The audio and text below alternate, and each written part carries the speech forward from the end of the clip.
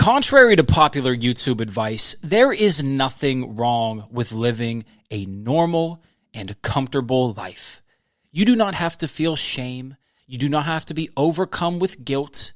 And you do not have to feel bad for simply wanting to work a 9 to 5, to find a stable relationship, to have some kids, maybe have some pets, live in a safe area, whether that be a city, a town, a village, or even have your own plot of land, and simply live your life, doing your routine things day in and day out. There is nothing wrong with that. There is nothing wrong with that. Because when you look at human history, that's what we've done. Now, granted, the 9 to 5 is a relatively recent phenomenon. We didn't have that hundreds of years ago. Mostly, everyone was either working someone else's piece of land or working their own piece of land. And so it was more independent contracting in a sense. But routine has been the norm. Routine on the day-to-day basis. What am I doing today? Oh, well, I'm waking up and I'm finding food, or I'm working for food and I'm providing for my family, or I'm providing for myself until I get a family. That's all it was. That's all it was forever, all throughout antiquity. That's what it was. Yes, the Epic of Gilgamesh. Yes, the Iliad and the Odyssey. They portray these tales of great adventure and great risk. But that's only one main character. That's only a few main characters. Odysseus, Achilles. Only a few guys were at the pinnacle of these stories. Were actually the main focal points. For 99.9% of the population, that is not the case. So it's perfectly fine to live a normal life. However, if you hate living a normal life, then comfort is going to be the thing that kills you. And I'm not saying it's going to kill you physically, but it's going to kill you spiritually. It's going to sap you of your vitality. It is going to drain you of your energy, and it is going to suck the life out of you physically. Your body will change. The way your face looks will change. Your eyes will change. Your stature, the way you stand, the way you walk, everything will change given enough time. I have seen this in people that I went to high school with. I have seen this in people I went to college with. I have seen this in people that I've simply met after dropping out of college, people I worked with. I've seen this in people that I've run into across my city here in Pittsburgh, Pennsylvania. And I've seen this in myself before, years and years ago. I saw this in myself because I wasn't following what I knew I needed to do. I wasn't living how I knew I needed to live. And thus, I saw physical changes in my anatomy for the worse because of that lack of willingness to live how I knew I was supposed to be living. So if you're really all in on living a more adventurous life, on having a life that includes in it some risk, includes in it some uncertainty, not job security uncertainty, but real uncertainty, like how am I going to pay the bills this month? Oh, I don't know if this business is going to work. Oh, I don't know what's going on in the city. Oh, I can't speak this language. Oh, I don't know if I'm going to be able to talk to that girl or guy. Oh, man, I'm kind of in a sticky situation here. What am I going to do? Ooh, this is kind of dangerous. If you want that life, comfort does not go together with it. You cannot have comfort and that life. They do not go together. And I haven't been able to find a balance in terms of these two things, comfort and risk, comfort and adventure, comfort and exploration. I haven't been able to find a balance, really. I haven't. And perhaps I'm wrong. Perhaps I just haven't found it yet. Perhaps it's there. But in my experience, I'm almost 26 now, I can't tell you that they work together because I don't believe they do. I haven't seen an example where they do. Those in history, those in the greatest stories, those in our modern day that are living the most adventurous lives, that are living the most explorative lives, that are taking risk, that are dealing with uncertainty on a day-to-day basis. Yes, those people have routine. For instance, Napoleon Bonaparte, he routinely worked like a madman. He routinely worked 16, 18, 20-hour days. He would go days without sleeping. He would ride the terrain. He would go ahead of his soldiers. He would pore over maps, even at the theater, even at parties in Paris where he had to attend because he just happened to be emperor, no big deal. He would routinely work like a madman, but his life was always full of adventure because within that work and within going to this party and that event and that political meeting and this meeting of the cabinet and, now he's on the front lines. Now he's getting fired at. Now he's got to come up with a new strategy. He's got to think on the fly. It was all adventure, even though there was some routine. But that routine was simply the routine fact that he was always doing novel stuff. He was always moving forward. He was always taking on new challenges. He always wanted to find a new battle. He always wanted to find a new conquest. Now, again, if that isn't for you, if you don't want to live a life of exploration, if you don't want to live a life where your imagination runs wild, where you can be prone to get lost in the sauce of creativity, then that's perfectly fine. You don't have to feel guilty for that. YouTube will try to tell you that you're some amoral person, that you're some subhuman for wanting to work an accounting job or simply wanting to level up in your career, go to law school, become partner, go into finance banking, go be a doctor, go be a nurse, whatever it is. Go work construction. Who gives a shit? It's a good job. It's a job that provides. It's a job that puts food on the table. It's a job that makes you feel good. It's a job that helps you maintain physical and emotional and spiritual stability. If that's what you want, that's what you should do. And I think this is a big misconception that our society has completely dove into. We are so lost in this matrix of going one of two directions. People think that everybody needs to live this explorative, hyper risk-taking life, this life of the gambler, this life of James Bond 007, always ducking and dodging, going on missions. And a lot of people think that we all just need to be cogs in the machine. That's not true. That's not how it is. It's going to be more nuanced than that. Everything is. It's not so simple. A lot of people should probably live normal lives. And then there's some people that want to live different lives. And we should both appreciate the fact that we're doing what we're called to do. We're playing our roles, right? And that's the next thing that I want to speak on here is that those individuals in particular that go out and live these crazy lives, that go out and adventure, that always want to take on risk, that always want to conquer a new challenge. These people tend to look down upon people that are living normal lives. And in a sense, I get it, because if you're stacking resumes, they don't compare.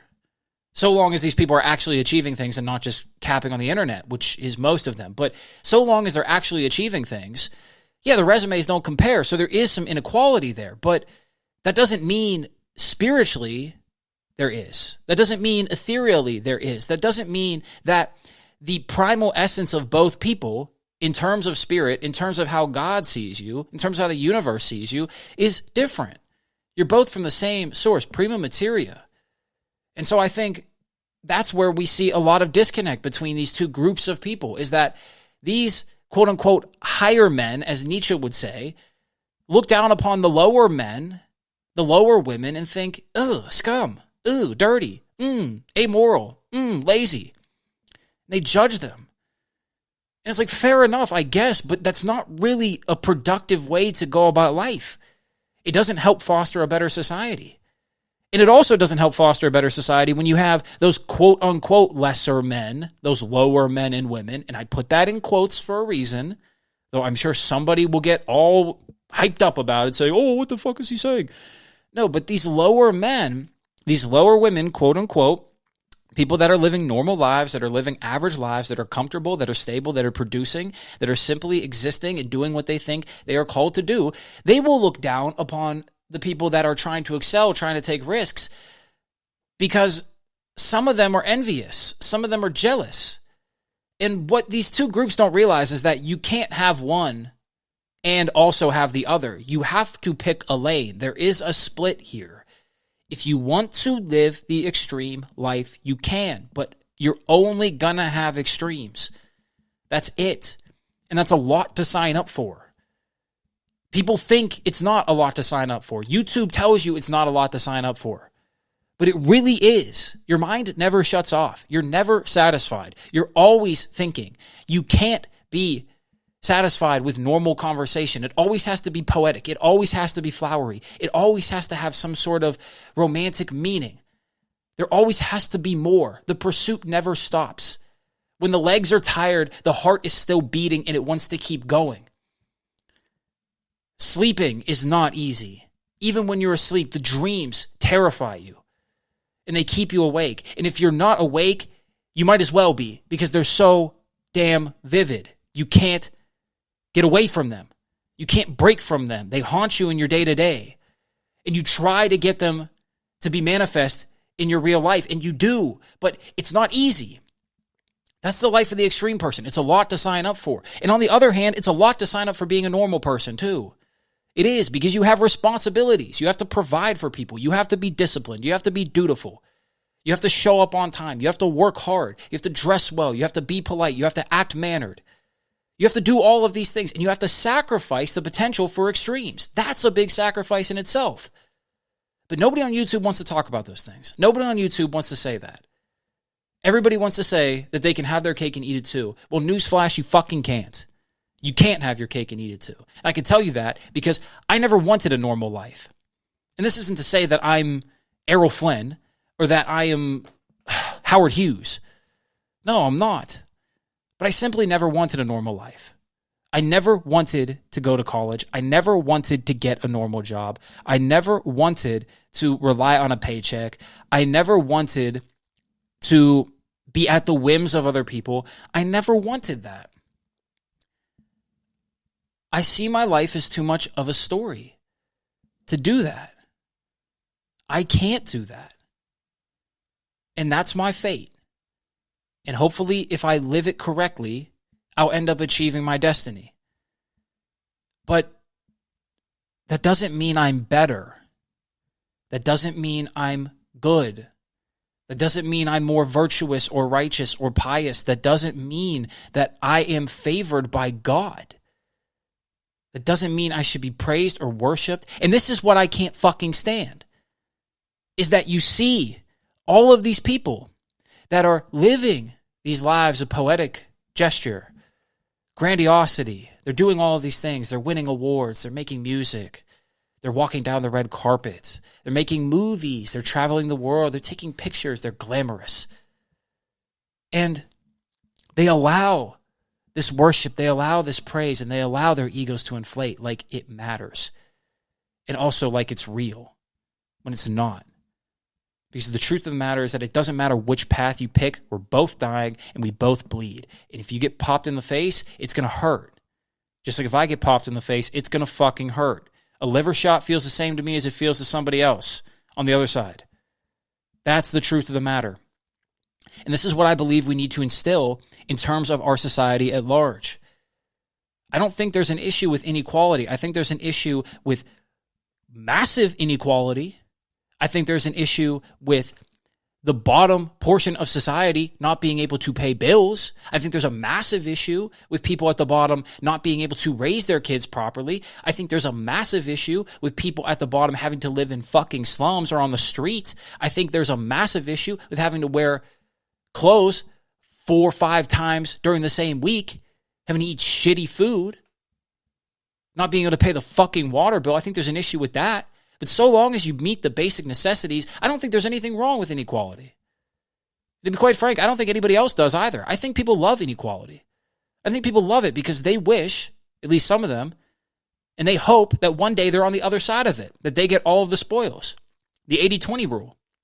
They want to be on the winning side of the Pareto principle, and that's fine, so long as we actually take care of those who want to live normal lives. And also so long as the extreme people, the hyper-successful, the hyper-ambitious, those perhaps who have flexible morals, a lot of them do, don't treat the bottom like fucking rats. That's the issue. And that's something that human beings can fix. That's not something that legality can fix. That's not something that a constitution can fix. That's something that the constitution of someone's morality can fix. That's something that the constitution of somebody's heart and soul can fix. That's a personal decision. That's not a legal decision. That's not something that the judicial courts are going to strike down and make law. That's not something that's going to happen. That's a decision that every human being has to make. And it's one that we haven't made yet. That's what I believe needs to occur. I believe both sides need to recognize that the other side has something that they don't, but they also are lacking something that they have. And you simply need to decide what side of the coin you want to be on. Perhaps you won't even get to the side you want. Maybe you won't. Does it even matter? But that's the game we play.